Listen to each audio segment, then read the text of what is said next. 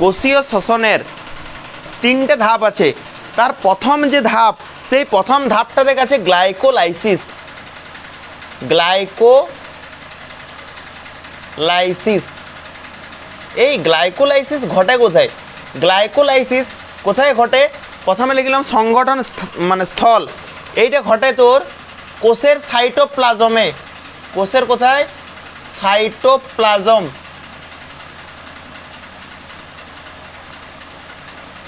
শর্টে পড়ে, ঠিক আছে? গ্লাইকোলাইসিস কোথায় ঘটে? কোষের সাইটোপ্লাজমে। আর আমরা এইটা দেখবি বলেছিলাম যে শ্বসন বস্তুর নাম কি? জীবের শ্বসন বস্তুর নাম কি? গ্লুকোজ বলেছিলাম। তো এই যে এই প্রক্রিয়ায়, এটা এমন একটা প্রক্রিয়া যে প্রক্রিয়াতে গ্লুকোজ, এই গ্লুকোজ থেকে পাইরুভিক অ্যাসিড পরিণত হয়। কিসে পরিণত হয়? পাইরুভিক। নামগুলো দেখ, পাইরুভিক অ্যাসিডে পরিণত হয়। আর তার সাথে তৈরি হয় এটিপি। এটিপির পুরো নাম হচ্ছে অ্যাডিনোসিন ট্রাইফসফেট।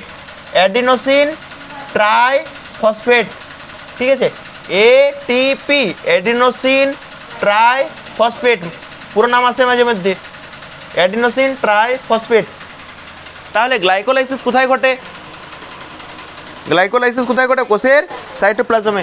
এইটা হচ্ছে এমন একটা প্রক্রিয়া যে প্রক্রিয়ায় গ্লুকোজ ভেঙে কিসে পরিণত হয়? পাইরুভিক অ্যাসিডে। আর 2 অণু এটিপি তৈরি করে। কত অণু? 2 অণু এটিপি তৈরি করে। এই প্রক্রিয়াটাকে বলা হয় গ্লাইকোলাইসিস। আর তাহলে এটা এরকম মনে প্রশ্ন আসতে পারে যে গ্লুকোজ থেকে পাইরুভিক অ্যাসিড কী করে হয়ে যায়? উৎসেচকের প্রভাবে হয়। কার প্রভাবে?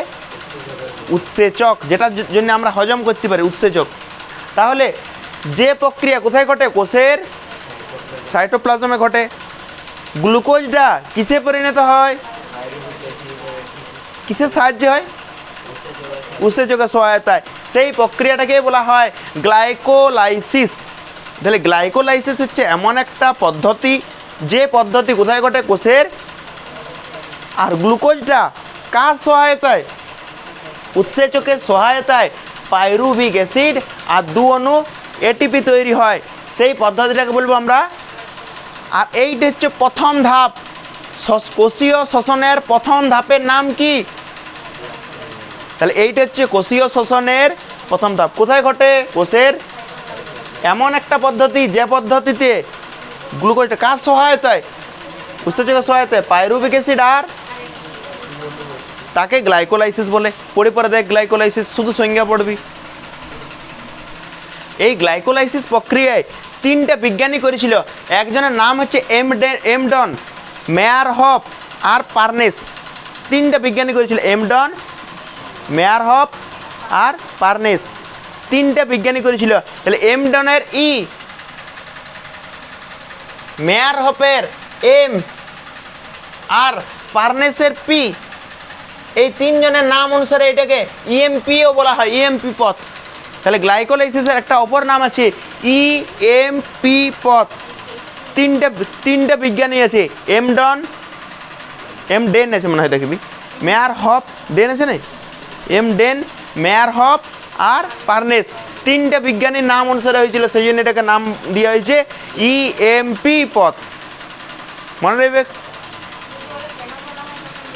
হ্যাঁ হ্যাঁ, পড়ে দেখো, এটাই লেখা আছে। এবারে কোষীয় শ্বসনের যে পরবর্তী ধাপ তার নাম হচ্ছে ক্রেবস চক্র। 2 নম্বরে আছে ক্রেবস চক্র। ক্রেবস চক্র কোথায় ঘটে জানিস কি? ক্রেবস চক্র ঘটে মাইটোকন্ড্রিয়ায়।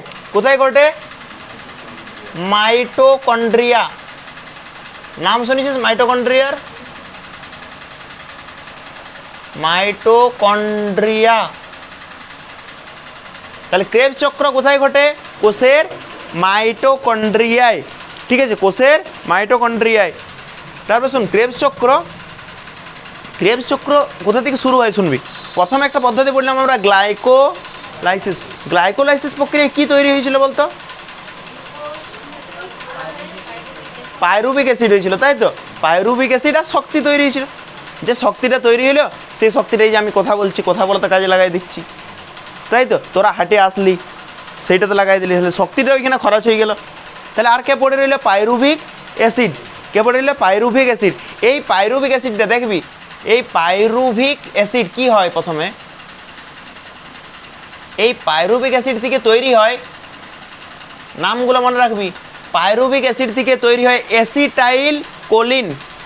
অ্যাসিটাইল কোলিন, অ্যাসিটাইল, দেখ বইয়ে লেখা আছে অ্যাসিটাইল, পরে দেখবি বই, অ্যাসিটাইল কো নিয়ে এমনি লেখা আছে এ, ঠিক আছে, অ্যাসিটাইল কোলিন COA, বুঝতে পেরেছিস? তাহলে প্রথমে পাইরুভিক অ্যাসিড থেকে কি তৈরি হয়? Acetyl choline. এই অ্যাসিটাইল কোলিন থেকে পরবর্তী ধাপে এই যে এইটা কি তৈরি হয়? Citric acid. কি তৈরি হয়? বইয়ে সাইট্রিক অ্যাসিড প্রথমে নামটা লেখা নাই মনে হয়, কোনো কোনো বই থাকতে পারে, সাইট্রিক অ্যাসিড, তার সাথে তৈরি হয় CO2। নাম কি বলে? ইয়ার পুরো নাম কি? Carbon dioxide. আর ইয়ার নাম কি? H2O, জল। তাহলে সাইট্রিক অ্যাসিড তৈরি হয় আর জল তৈরি হয়। তাহলে প্রথমে কি থাকে? দেখ পাইরুভিক অ্যাসিড, এটা কোথা থেকে পাই আমরা? ইয়ার আগের যে ধাপটা, ইয়ার আগের ধাপটার নাম কি ছিল? গ্লাইকোলাইসিস। তাহলে গ্লাইকোলাইসিস প্রক্রিয়া আমরা কি পেলাম? পাইরুভিক অ্যাসিডটা কিসে পরিণত হয়? অ্যাসিটাইল কোলিনে। আর এই অ্যাসিটাইল কোলিনটা সাইট্রিক অ্যাসিড, কার্বন ডাইঅক্সাইড আর এটার সাথে শক্তি তৈরি হয়। এটার সাথে কি তৈরি হয়?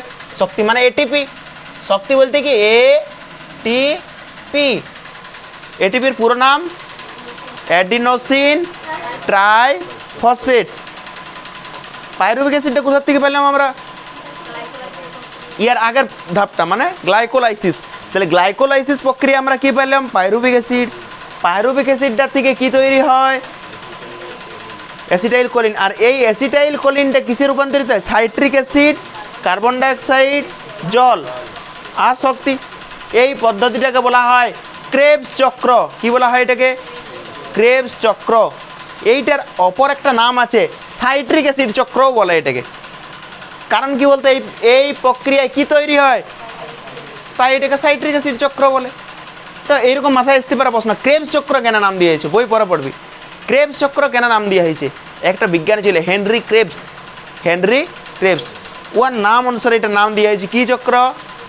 কোথায় ঘটে ক্রেবস চক্র? মাইটোকন্ড্রিয়ায়। এই ক্রেবস চক্রের অপর নাম কি? কারণ কি এরকম নাম দেওয়ার? বিজ্ঞানী হেনরি ক্রেবস এটা প্রথম লক্ষ্য করেছিল, তাই ওর নাম অনুসারে কি বলা হয় এটাকে। আর সাইট্রিক অ্যাসিড চক্র কেন বলা হয়? এই বিক্রিয়ায় প্রথম ধাপে কি তৈরি হচ্ছে? সাইট্রিক অ্যাসিড, সেই জন্য এটাকে বলা হয় সাইট্রিক অ্যাসিড চক্র। কেন সাইট্রিক অ্যাসিড তৈরি হচ্ছে, ঠিক আছে। আবার শুন, এই সাইট্রিক অ্যাসিডে এইরকম একটা নাম আছে COOH। COOH ইয়ার নাম কি? শুন, যেমন H2O মানে কি বটে, CO2 মানে কি বটে, আর COOH মানে ইয়ার বাংলাতে নাম হচ্ছে কার্বক্সিল। কি নাম? কার্বক্সিল মূলক বলা হয় এটাকে। কার্বক্সিল মূলক, কার্বক্সিল মূলক COOH। এটা কি বলা হয়? এইটাতে এই সাইট্রিক অ্যাসিডটা আছে না, এই সাইট্রিক অ্যাসিডটাতে এই COOH তিনটা থাকে। তিনটা মানে কটা কার্বক্সিল মূলক থাকে? তিনটা। সেই জন্য এটাকে ট্রাই অ্যাসিড কি একটা নাম দিয়েছে, দেখবি কি নাম দিয়েছে, দেখতে কি ট্রাই কার্বক্সিল চক্র, ট্রাই কার্বক্সিল চক্রই বটে মনে হয়, ট্রাই কার্বক্সিল চক্র এরকম কিছু নাম দিয়েছে। তো ট্রাই কার্বক্সিলিক চক্র নাম দিয়েছে না এরকম। ট্রাই কেন নাম দিয়েছে? দেখ কার্বক্সিল কোটা আছে? তিনটা কার্বক্সিল মূলক আছে, সেই জন্য এটা কি বলা হয়? ট্রাই কার্বক্সিলিক অ্যাসিড না চক্র? ওই অ্যাসিডটা নাম দিয়েছে তাহলে নাকি? ও অ্যাসিড চক্র, ঠিক আছে তাহলে ঠিক আছে। দেখ তিনটা কার্বক্সিল মূলক থাকে, তিনটা কার্বক্সিল মূলক থাকে, সেই জন্য এটাকে বলা হয় ট্রাই কার্বক্সিলিক অ্যাসিড চক্র। TCA, এটা পুরা ইয়াটা মানে শর্ট নামটা হচ্ছে TCA। টি দিয়ে কি ওঠে ট্রাই, সি দিয়ে কি ওঠে এ দিয়ে অ্যাসিড, আর এটা একটা চক্র, এই যে নামটা দিয়েছে ক্রেবস। তাহলে এই চক্রটার ক্রেবস চক্র নাম কেন দিয়েছে? বিজ্ঞানী হেনরি ক্রেবস এই চক্রটা প্রথম আবিষ্কার করেছিল বা লক্ষ্য করেছিল, সেই জন্য ওর নাম অনুসারে কি বলা হয় এটাকে ক্রেবস চক্র। এইটাকে সাইট্রিক অ্যাসিড চক্রও বলে, কেননা এই বিক্রিয়ার প্রথম ধাপে কি তৈরি হয়, সেই জন্য এটাকে বলা হয় সাইট্রিক অ্যাসিড চক্র। আবার এই অ্যাসিডের মধ্যে কটা কার্বক্সিল মূলক থাকে? 3টা, সেই জন্য এটার নাম হচ্ছে ট্রাই কার্বক্সিলিক অ্যাসিড চক্র। 3টা নাম পেলাম এটার। একটা হচ্ছে ক্রেবস চক্র, কোথায় ঘটে? এটার অপর নাম কি সাইট্রিক অ্যাসিড চক্র। কি জন্য নাম এরকম? এই বিক্রিয়ার প্রথম ধাপে, তাই এটাকে বলা হয় সাইট্রিক অ্যাসিড চক্র। আবার সাইট্রিক অ্যাসিডের মধ্যে কটা কার্বক্সিল মূলক থাকে? সেই জন্য এটাকে বলা হয় TCA, ট্রাই কার্বক্সিলিক অ্যাসিড চক্র। ঠিক আছে, এই বিক্রিয়া কি হয় বলতো? Pyruvic acid. এটা কোথা থেকে পাই আমরা? ইয়ার আগের যে পদ্ধতিটা ছিল, ইয়ার আগের পদ্ধতিটার নাম কি ছিল? তাহলে গ্লাইকোলাইসিস প্রক্রিয়া আমরা কি পাইছিলাম? আর ওই পাইরুভিক অ্যাসিডটা কিসে পরিণত হয়? Acetyl choline CoA। ঠিক আছে, আর এই অ্যাসিটাইল কোলিনটা কিসে পরিণত হয়? সাইট্রিক অ্যাসিড, কার্বন ডাইঅক্সাইড, জল আর শক্তি। ক্লিয়ার হয়েছে? পড়ে দেখ ক্রেবস চক্রের সঙ্গে। আর গ্লাইকোলাইসিসকে বলা হয় ইএমপি পথ, মনে রাখবি গ্লাইকোলাইসিসকে বলা হয় ইএমপি। এমডন, মেয়ারহফ আর পার্নেস দিয়েছিল। আর ক্রেবস চক্রটার নাম হচ্ছে TCA। 3 নম্বর ধাপটা আছে প্রান্তীয় শোষণ। প্রান্তীয় শোষণ 3 নম্বর।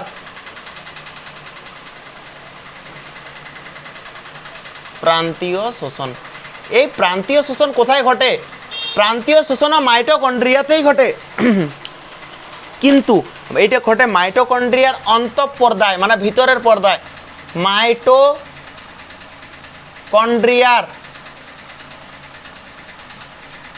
মাইটোকন্ড্রিয়ার এটা অন্তঃপর্দা, অন্তঃপর্দা মানে ভিতরের পর্দাতে। তাহলে প্রান্তীয় শোষণ কোথায় ঘটে? মাইটোকন্ড্রিয়ার অন্তঃপর্দায়। হ্যাঁ, আমি কিছু বলবো এখানে, ভালো লাগবে? চুপ করে দেখে পড়াটা দেখছি, পড়াটা দেখ। প্রান্তীয় শোষণ কোথায় ঘটে? মাইটোকন্ড্রিয়ার অন্তঃপর্দায় ঘটে। আমরা এতক্ষণ ধরে যে বিক্রিয়াগুলো জানলাম, কি কি পড়লাম বলতো? একটা গ্লাইকোলাইসিস পড়লাম আর একটা ক্রেবস চক্র পড়লাম। দুটোতেই না অক্সিজেন দ্বারা জারিত হয় না, অক্সিজেন দ্বারা জারিত হয় না। কোনটা হয় না? আগে যে দুটো পদ্ধতি পড়লাম আমরা, কি কি পড়লাম? গ্লাইকোলাইসিস, ক্রেবস চক্র। কোনটাই অক্সিজেন দ্বারা জারিত, অক্সিজেন দ্বারা জারিত হয় না। এইখানে একটা মানে পরিবহন সিস্টেম আছে। পরিবহন জানিস তো? পরিবহন নামটা শুনেছিস? যোগাযোগ পরিবহন ব্যবস্থা, এরকম ভূগোলে শুনে থাকবি। ট্রান্সপোর্ট শুনেছিস? ট্রান্সপোর্ট, যে এইটা ট্রান্সপোর্ট করতে হবে একটা জায়গা থেকে আরেকটা জায়গায়, মানে নিয়ে যেতে হবে আর কি। ট্রান্সপোর্ট শুনেছিস কি? দেখবি কোনো বাঁকুড়াতে আরে দেখবি লেখা থাকে ট্রান্সপোর্ট, মানে টিকিট এরকম কিছু লেখা থাকে, মানে একটা জায়গা থেকে আরেকটা জায়গায় নিয়ে যাওয়ার। সেই রকম এইখানে একটা থাকে ইলেকট্রন ট্রান্সপোর্ট সিস্টেম। এইদিকে শুনবি রে, ইলেকট্রন ট্রান্সপোর্ট সিস্টেম। এইখানে কি থাকে? Electron transport system. এইটার নাম ইলেকট্রনের মানে ই নাম, ট্রান্সপোর্টের টি, আর সিস্টেমের, তাহলে এই পদ্ধতিটাকে আরেকটা নাম হচ্ছে ETS। ই মানে ইলেকট্রন, টি মানে ট্রান্সপোর্ট, এস মানে সিস্টেম। ইলেকট্রন ট্রান্সপোর্ট সিস্টেম মানে ইলেকট্রনকে ট্রান্সপোর্ট মানে পরিবহন করে, ইলেকট্রনকে কি করে? পরিবহন করে। এই পদ্ধতিতে কি হয়? ইলেকট্রন, ভালো করে শুনবি, ইলেকট্রন আর প্রোটন, এই ইলেকট্রন আর প্রোটনকেই পরিবহন করে। এই সিস্টেমটা কি করে, ইলেকট্রনকে আর প্রোটনকে পরিবহন করে। নামটা দিয়েছে দেখ, ট্রান্সপোর্ট মানে পরিবহন করা। তাহলে ইলেকট্রন আর প্রোটনকে পরিবহন করে পরে জারিত করে। ইলেকট্রন আর প্রোটনকে পরিবহন করে কার সাথে যুক্ত হয় জানিস? কার সাথে যুক্ত হয়? অক্সিজেনের সাথে যুক্ত হয়। কার সাথে যুক্ত হয়? অক্সিজেনের সাথে যুক্ত হয়। নিয়ে অক্সিজেনের সাথে যুক্ত হয়ে তৈরি করে কি বটে এটা? জল। আর শক্তি কার্বন ডাইঅক্সাইড তৈরি করতে পারে, ঠিক আছে, ওগুলো আলাদা ব্যাপার। এখানে আসল কথা হচ্ছে জল তৈরি করে এটাতে, ঠিক আছে। তো কি বললাম ভালো করে শুনবি, মাইটোকন্ড্রিয়ার কোথায় ঘটে? এটা অন্তঃপর্দায় ঘটে। আমরা যে দুটো পড়লাম, গ্লাইকোলাইসিস আর ক্রেবস চক্র, এইগুলা অক্সিজেন দ্বারা জারিত ইলেকট্রন ট্রান্সপোর্ট সিস্টেম বলে একটা কথা আছে। ইলেকট্রন ট্রান্সপোর্ট সিস্টেম মানে ইলেকট্রন পরিবহন তন্ত্র বাংলাতে, তাতে ইংরেজি নামটা বেশি সহজ বটে না। ইলেকট্রন ট্রান্সপোর্ট সিস্টেম, ইলেকট্রনের ই, ট্রান্সপোর্টের টি, সিস্টেমের ইটিএস। ই কি করে? ইলেকট্রন আর প্রোটনকে পরিবহন করে। ইলেকট্রন আর প্রোটনকে কি করে? নামটা দিয়েছে ট্রান্সপোর্ট মানে পরিবহন করে। ট্রান্সপোর্ট মানে কি করে? পরিবহন করে। কাকে কাকে পরিবহন করে? ইলেকট্রন আর প্রোটনকে পরিবহন করে। নিয়ে পরিবহন করে কার সাথে যুক্ত করে? অক্সিজেনের সাথে যুক্ত হয়ে কি তৈরি করে? জল তৈরি করে। এইটা শ্বসনের লাস্ট ধাপ। প্রথম ধাপ কি ছিল? তারপরে আমরা পড়লাম এটা কোথায় ঘটে? এটা প্রথমে যে দুটো পড়লাম আমরা, অক্সিজেন দ্বারা জারিত ইলেকট্রন ট্রান্সপোর্ট সিস্টেম। ই কি করে? ইলেকট্রন আর প্রোটনকে পরিবহন করে। নিয়ে কার সাথে যুক্ত করে? অক্সিজেনের সাথে যুক্ত করে। নিয়ে কি তৈরি করে? জল তৈরি করে। এই পদ্ধতিটাকে বলা হয় প্রান্তীয় শোষণ, ঠিক আছে। পরে একবার দেখ তো। প্রান্তীয় শোষণের সাদরা বইটে প্রথম 3 লাইন পড়িস না, নিপরে দেখ আছে একটা ব্র্যাকেটে দেখ লেখা আছে ইলেকট্রন ট্রান্সপোর্ট সিস্টেমের সহায়তায় ইলেকট্রন বর্জন করে জারিত হয়। ইলেকট্রন বর্জন করে জারিত হয়, তাই তো? দেখ লেখা আছে ইলেকট্রন বর্জন করে জারিত হয়। ইলেকট্রন ছাড়ি দিয়া মানে জারণ। ইলেকট্রন ছাড়ি দিয়া মানে কি করা? জারণ বিজারণ যদি আমরা পাই ডিটেলসে পড়াবো তখন। আপাতত এইটুকু শুনে রাখ, ইলেকট্রন ছাড়া মানে কি করা? জারণ। সেই জন্য লেখা আছে ইলেকট্রন বর্জন করে কি হয়? জারিত হয়। দেখ লেখা আছে ইলেকট্রন বর্জন করে জারিত হয় আছে। আর এইটার সময় কি তৈরি হয়? প্রোটনও উৎপাদিত হয়। বই দেখ কি লেখা আছে? প্রোটনও উৎপাদিত হয়। এইবারে বলেছে প্রোটন আর ইলেকট্রন কোথায় যায়? মাইটোকন্ড্রিয়ার অন্তঃপর্দায়। এই যে লেখা আছে মাইটোকন্ড্রিয়ার অন্তঃপর্দায়, ঠিক আছে। অন্তঃপর্দাতে অবস্থিত। কোন দিক গেল রে? হ্যাঁ, অন্তঃপর্দায় অবস্থিত। কার মাধ্যমে যায়? ইলেকট্রন বাহক। এই যে ইলেকট্রন ট্রান্সপোর্ট সিস্টেম মানেই তো ইলেকট্রনকে বহন করা, পরিবহন করা একই ব্যাপার তো। এর বাংলা নামটা কি? ইলেকট্রন পরিবহন মানেই তো ইলেকট্রন বাহক। এই তো ইলেকট্রনটাকে বই নিয়ে যায়। বাহকের মাধ্যমে বাহিত হয়ে কার সাথে যুক্ত করে? বাহিত হয়ে অবশেষে অক্সিজেনের সঙ্গে যুক্ত হয়ে জল আর শক্তি তৈরি করে, এটিপি তৈরি করে। বুঝতে পারলি কি? এইটাই ইলেকট্রন বাহক। এইটা লিখলেও হবে যে ই বই নিয়ে যায়, কোনো অসুবিধা নেই। কে বই নিয়ে যায়? Electron transport system. কাকে বই নিয়ে যায়? ইলেকট্রনকে। আর তার সঙ্গে প্রোটনও তৈরি হয়। তাহলে ইলেকট্রন আর প্রোটনকে কোথায় বই নিয়ে যায়? নিয়ে শেষে কার সাথে যুক্ত হয়? অবশেষে কার সাথে? জল তৈরি করে আর শক্তি, এটিপি তৈরি করে। দেখ লেখা আছে। তাহলে প্রান্তীয় শোষণও হয়ে গেছে আমাদের।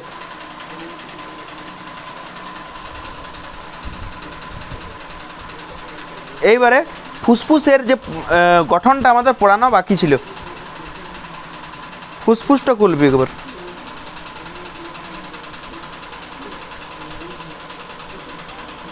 ফুসফুসটা খুলেছিস? এই ফুসফুসটা খুলেছিস মানে নিজের ফুসফুস খুলেছিল লয়, ফুসফুস বই লেখা আছে ওই যে পাতাটা খুলতে বলছে, ফুসফুস কি করে খুলবো সবাই মুখের দিকে তাকাতাকি করছে। এটা লয়, আমি এটাই ভাবিলাম। এবার শোন ফুসফুস কোথায় অবস্থিত, দেখ আমাদের এইটা হচ্ছে বক্ষ গহ্বর, এটা বুক, তাই তো, এটা বক্ষ গহ্বর, আর এইটা কি বটে উদর গহ্বর, এটা বক্ষ গহ্বর, এইটা উদর গহ্বর, ইয়ার মাঝে একটা পর্দা আছে মধ্যচ্ছদা, দেখতে পাচ্ছিস? এখনো মনে রেখেছে কোন আজ থেকে 6 মাস আগে পড়াইছি, ব্রেন দেখছিল এগুলোর,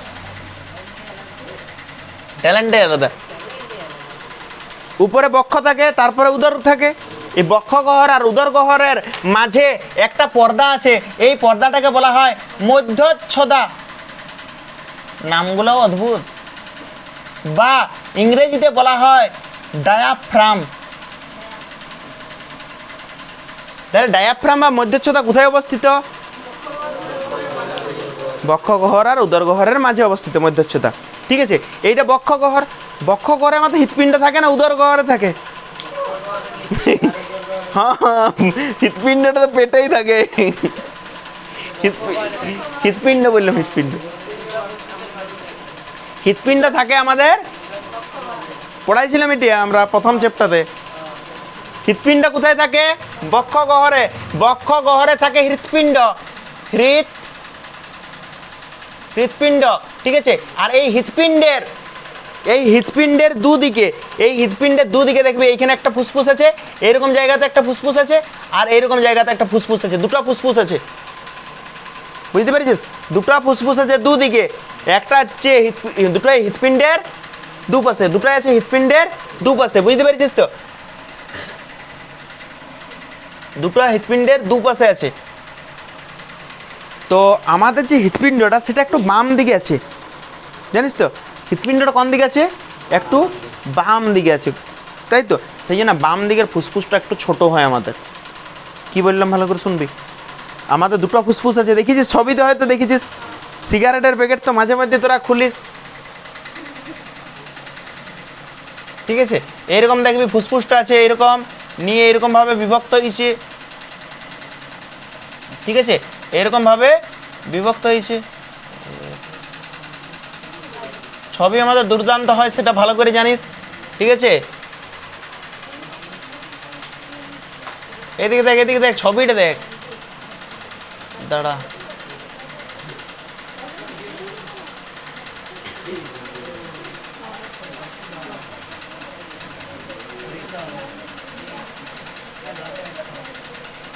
দশে 100,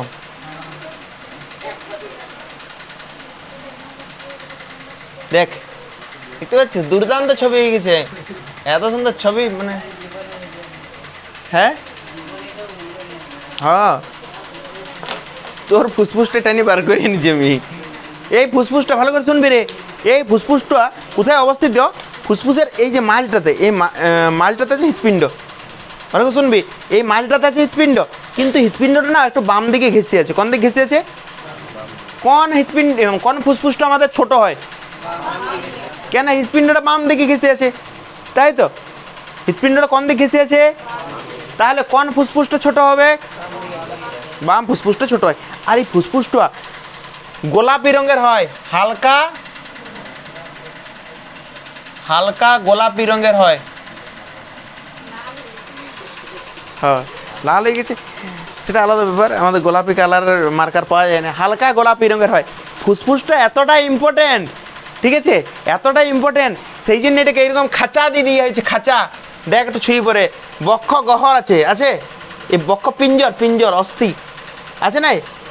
তাহলে এইরকম এইটার উপরে এরকম দেখবি সিদ্ধাড়া আছে, নিয়ে সিদ্ধাড়ার উপরে এইরকম ভাবে দেখবি হাড়গুলো আছে, ছবিতেও কোথাও দেখে রাখবি, এরকম ভাবে কি করা আছে, হাড়গুলো আছে।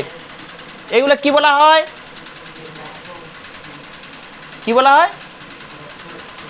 বক্ষস্থি বা বক্ষ পঞ্জাস্থি, এরকম নাম আছে দেখবি, মানে পাঁজর বলে না এগুলোকে, বুকের খাঁচা। এইটার ভিতরে ফুসফুসটা রাখা আছে, এইরকম এইরকম জায়গাটাতে ফুসফুস আছে, এইরকম এইখানে হৃৎপিণ্ড যদি থাকে তাহলে মানে এইখানে এরকম 2 জায়গাতে থাকবে, ঠিক আছে? এই যে খাঁচাটা দেখতে পাচ্ছিস, এই খাঁচার ভিতর, খাঁচাটা দেখতে পাবিনি, তাহলে মাংস মাংস ছাড়াইতে হবে, ঠিক আছে। তাহলে কি বললাম যে ফুসফুসটা কি রঙের হয়? হালকা গোলাপি রঙের হয়। কোটা ফুসফুস থাকে আমাদের? কোন ফুসফুসটা ছোট হয়? উপর থেকে ছুঁয়ে বুঝলি যাচ্ছে ফুসফুস কোথায় আসছে।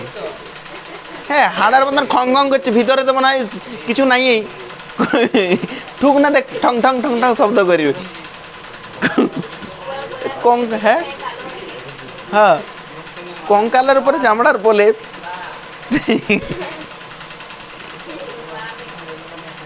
কিছু বলবো না মানে, তুই কিছু বলার আছে তোর?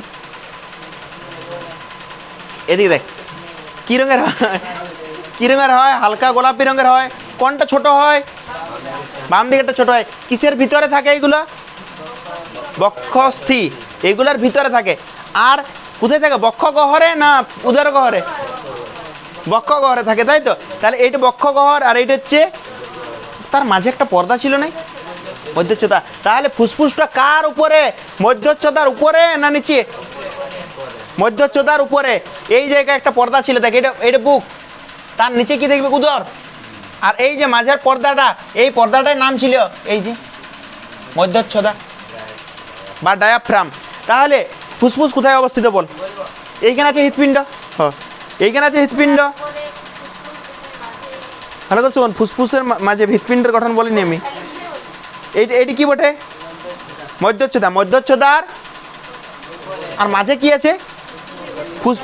হৃৎপিণ্ড। মাঝে কি আছে? হৃৎপিণ্ড। ও বলছে ফুসফুস, আমারও বেড়ে যাচ্ছে।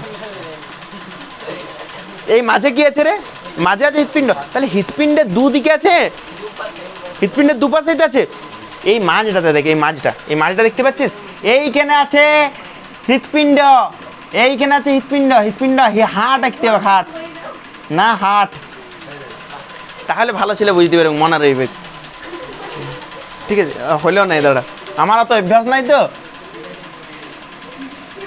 হ্যাঁ, এইবার হয়েছে, সাপের মুখের মতন হয়ে গেছে, সেটা আলাদা ব্যাপার। তাহলে এইটা হচ্ছে হাট, এইটা হচ্ছে হাট। কোথায় আছে দেখ? ফুসফুসের অবস্থান বল, ফুসফুসের। এই পর্দাটার নাম কি? মধ্যচ্ছদার উপরে। কার দুপাশে? হৃৎপিণ্ডের। ফুসফুসের দুপাশে লয়, হৃৎপিণ্ডের দুপাশে। কোন হৃৎপিণ্ড, কোন ফুসফুসটা ছোট হয়? বাম দিকেটা ছোট হয়। কারণ কি? হৃৎপিণ্ডটা বাম দিকে ঘেঁষে আছে। কি রঙের হয়? হালকা গোলাপি রঙের। ক্লিয়ার তো? এইবারে শুন, এইটার বাইরে একটা পর্দা আছে, এই ফুসফুসটার বাইরে একটা পর্দা আছে, সেই পর্দাটার নাম হচ্ছে পুলরা। পুলরা। ফুসফুসের আবরণীকে কি বলা হয়? এইটাতে না অনেকগুলো আবরণী আছে, তোরা হয়তো একটু খেয়াল করিস নে। ফুসফুসে আবরণী আছে, বৃক্কে আবরণী আছে, হৃৎপিণ্ডে আবরণী আছে। হ্যাঁ, মনে রাখবি, অনেকগুলো আবরণী আছে, নাহলে সব ভুলে যাবে। তাহলে বল, ফুসফুসের বাইরের আবরণীটাকে কি বলা হয়? পুলরা। পুলরার দুটো স্তর, যদি ভিসেরাল আর প্যারাইটাল, সে আগের মতো নেই। ভিসেরাল প্যারাইটাল আগে পড়েছি তো কোথাও? রেচনে পড়েছি, পড়ি নাই? নেফ্রনে ভিসেরাল আর ভিসেরাল আর প্যারাইটাল কোথাও পড়েছিস কি? তোরা শুনেছিস কি? পড়িস তো নাই, বল শুনেছিস কি? শুনেছিস কোথায়? শুনেছিস? ফুসফুসের বাইরের আবরণীটাকে, ফুসফুসের বাইরের আবরণীটাকে কি বলা হয়? পুলরা। ফুসফুসের বাইরের আবরণীটাকে বলা হয় পুলরা। পুলরা দুটো স্তর, এই গল্প পরে করবি। পুলরা, পুলরা দুটো স্তর, একটা হচ্ছে ভিসেরাল আর একটা হচ্ছে প্যারাইটাল।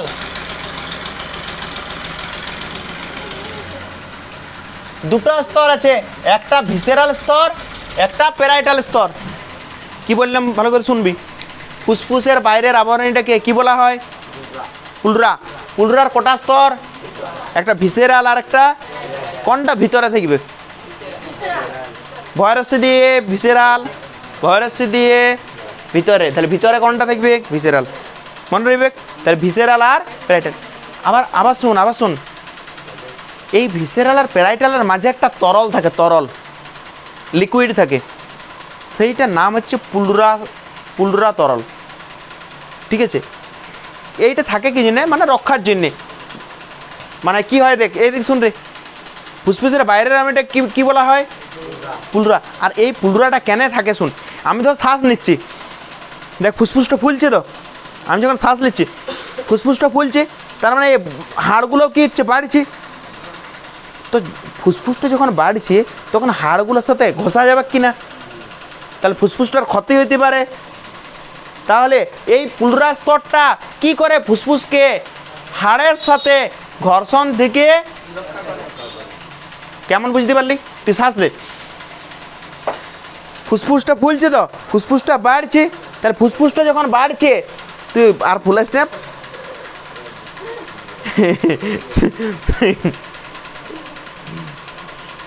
ঠিক আছে। এই দেখুন, আমরা যখন ফুসফুসে শ্বাস নিচ্ছি পুরো, ঠিক আছে, তার মানে ফুসফুসগুলো বাড়ছে, আর বাইরে কি আছে, হাড় আছে, তাহলে হাড়গুলোতে টাচ হবে, তাই তো, হাড়গুলোর সাথে ঘষা যাবে।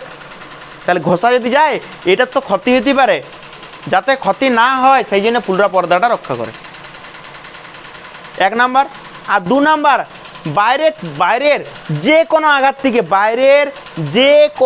আঘাত থেকে পুলরাটা রক্ষা করে। তাহলে পুলরা দুটো কাজ বললাম।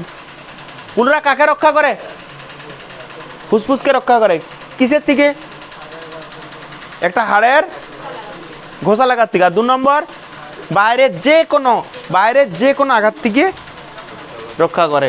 তাহলে দুটো হয়ে গেছে। এবার শুন, এদিকে দেখ, এইটা তো আমাদের বলা হলেও ফুসফুসের গঠন, রং সব বলা হয়ে গেছে, কোনটা ছোট হয় কোনটা বড় হয়, ঠিক আছে।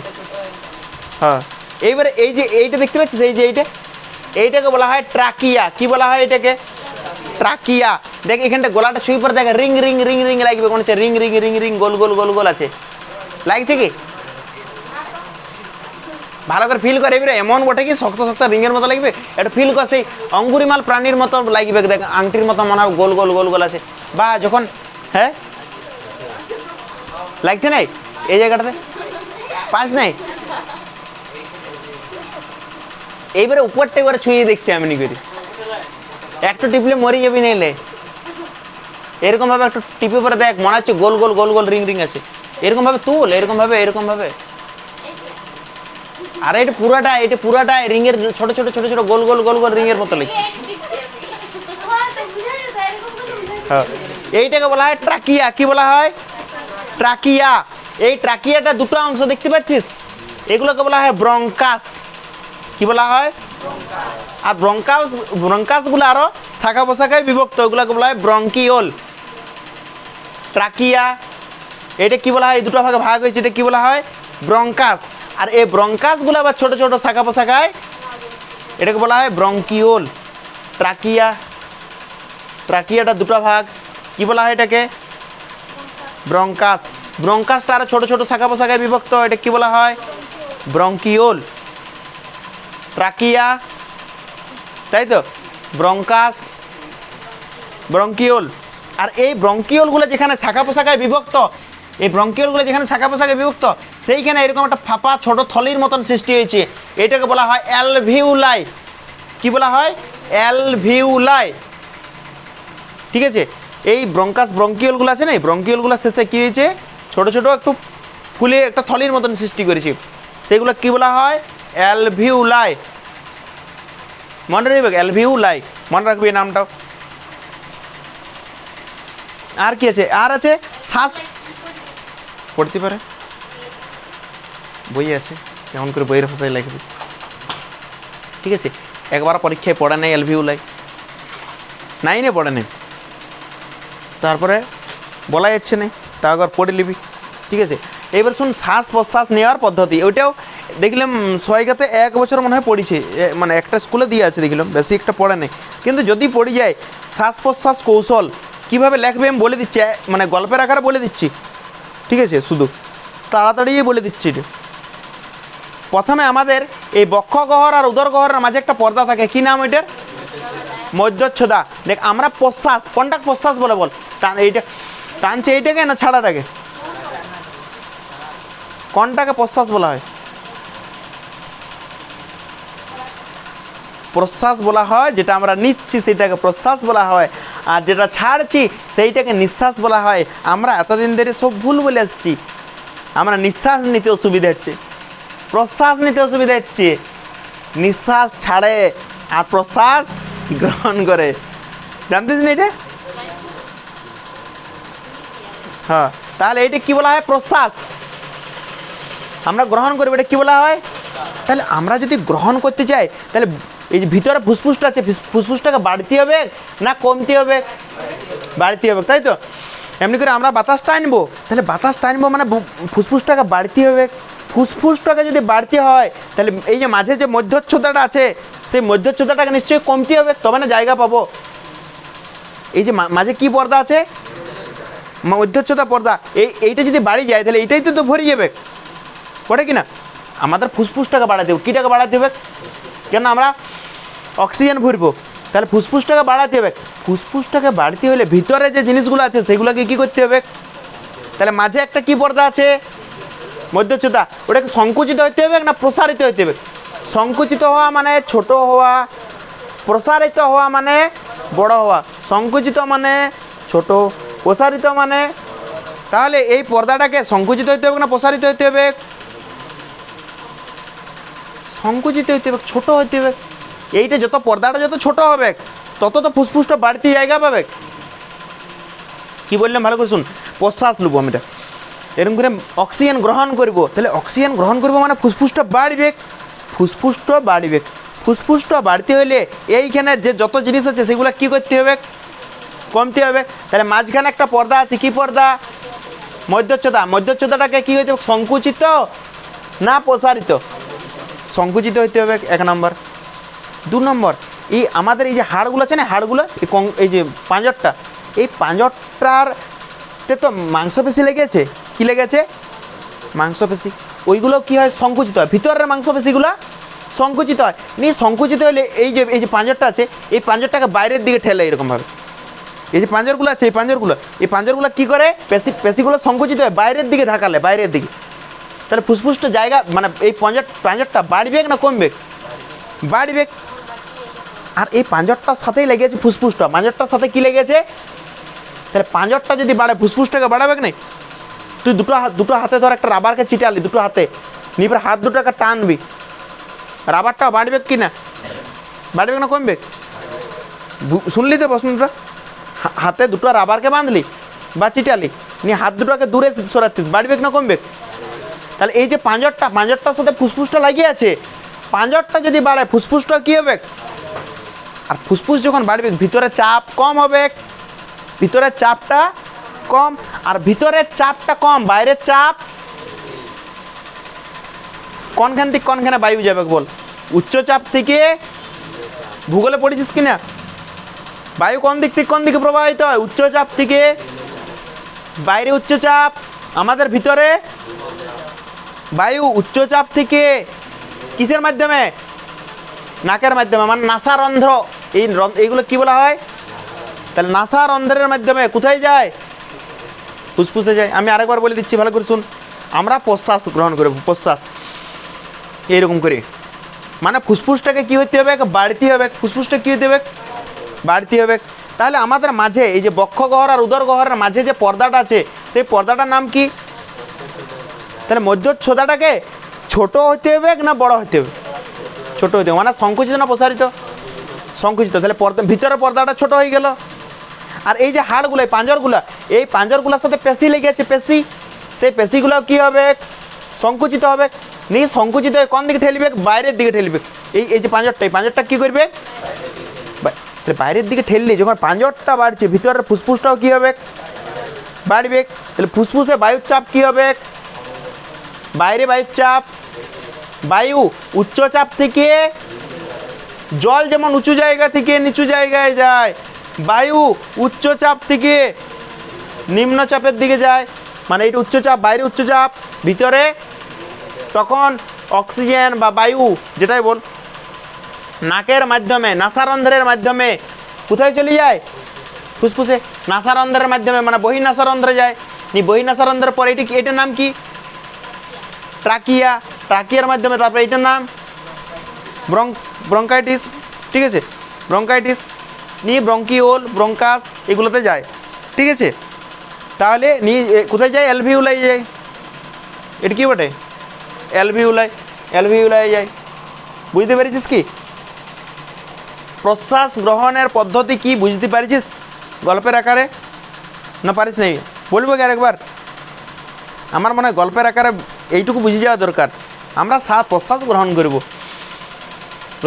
করব মানে আমাদেরকে ফুসফুসটাকে বাড়াতে হবে। ফুসফুসটাকে বাড়াতে হলে বাকি জিনিসগুলো কী করতে হবে?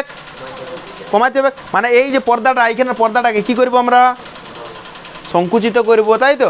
এই পর্দাটাকে, তার ডায়াফ্রামকে কী করতে হবে? সংকুচিত।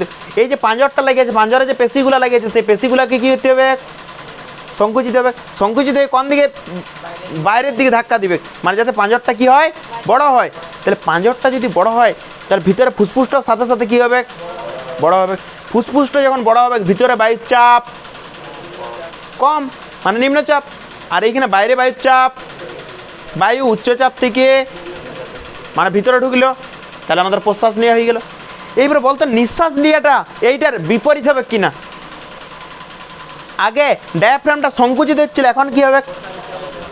আগে ভিতরের পেশিগুলো সংকুচিত হচ্ছিল, এখন কি হবে? তাহলে এই পেশিগুলো প্রসারিত, প্রসারিত হবে। প্রসারিত হয়ে বলে কোন দিকে? ভিতর দিকে যাবে। পাঁজরগুলো কী হবে? ভিতরের দিকে যাবে। মানে এইগুলো যদি ভিতর দিকে যায়, ফুসফুসটাও কী হবে? সংকুচিত হবে। তাহলে ফুসফুস যদি সংকুচিত হয়, বাইরে মানে ভিতরে চাপ বেশি হয়ে যাবে। তুই একটা বেলুনকে এরকমভাবে চাপ দিচ্ছিস, বেলুনটার ভিতরে চাপ বেশি হবে কি নাই? তোরাই ভাব, এরকমভাবে চাপ দিচ্ছিস, ভিতরে চাপ বেশি হয় বলি তো ফাটি যায়। তাহলে ফুসফুসটাকে এরকমভাবে চাপ দিচ্ছিস, মানে ভিতরে চাপ, বাইরে চাপ তখন তার তুলনায়, তাহলে ভিতরে উচ্চচাপ বেড়ে যাবে। মানে পুরাটাই উল্টা প্রসেস কিনা? একটা মনে রাখ, একটা প্রশ্বাস মনে রাখ, নিঃশ্বাস একবার রিডিং পড়বি, নিজে লিখবি। পড়ে না, একবার পরীক্ষায় পড়েছি দেখলাম। যদি বাই চান্সে দিদি পারবি কি লিখতে, না আরেকবার বলতে হবে? এবার পড়ে দেখ, একবার পড়ে দেখ। শুনবি না অর্ধেক টাইম, 3বার বলা হইলে। হ্যাঁ।